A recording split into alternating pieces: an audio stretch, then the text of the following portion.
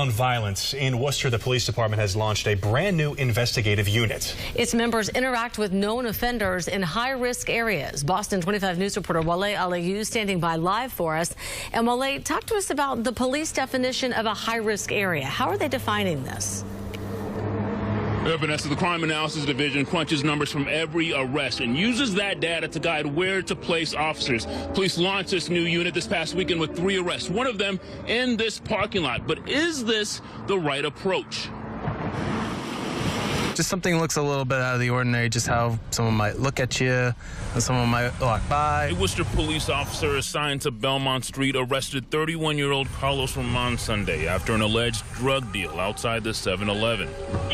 Police say they found cocaine in his car when they pulled him over. The officer was part of the new investigative team meant to increase interactions with known offenders in high-risk areas. This is to develop info on potential violence before it happens. Everybody wants more drug enforcement in their neighborhood. We have all kinds of requests for these kind of things, and we're limited by resources. But with something like this, it does give us the chance to put extra officers on the street, to have them focus on the areas where we get complaints or the areas that have led to the gun violence. But some feel this can be a slippery slope. That is targeting Black and brown people, obviously, disproportionately.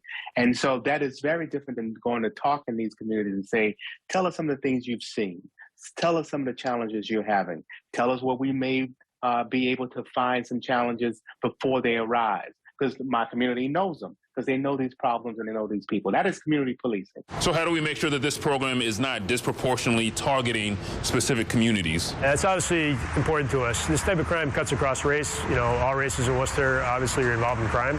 And what we want to do is make it so people in all the neighborhoods can be safe, live in those neighborhoods without having to worry about gunshots pop through their window, having to put their kids in the bathtub, so they don't get shot.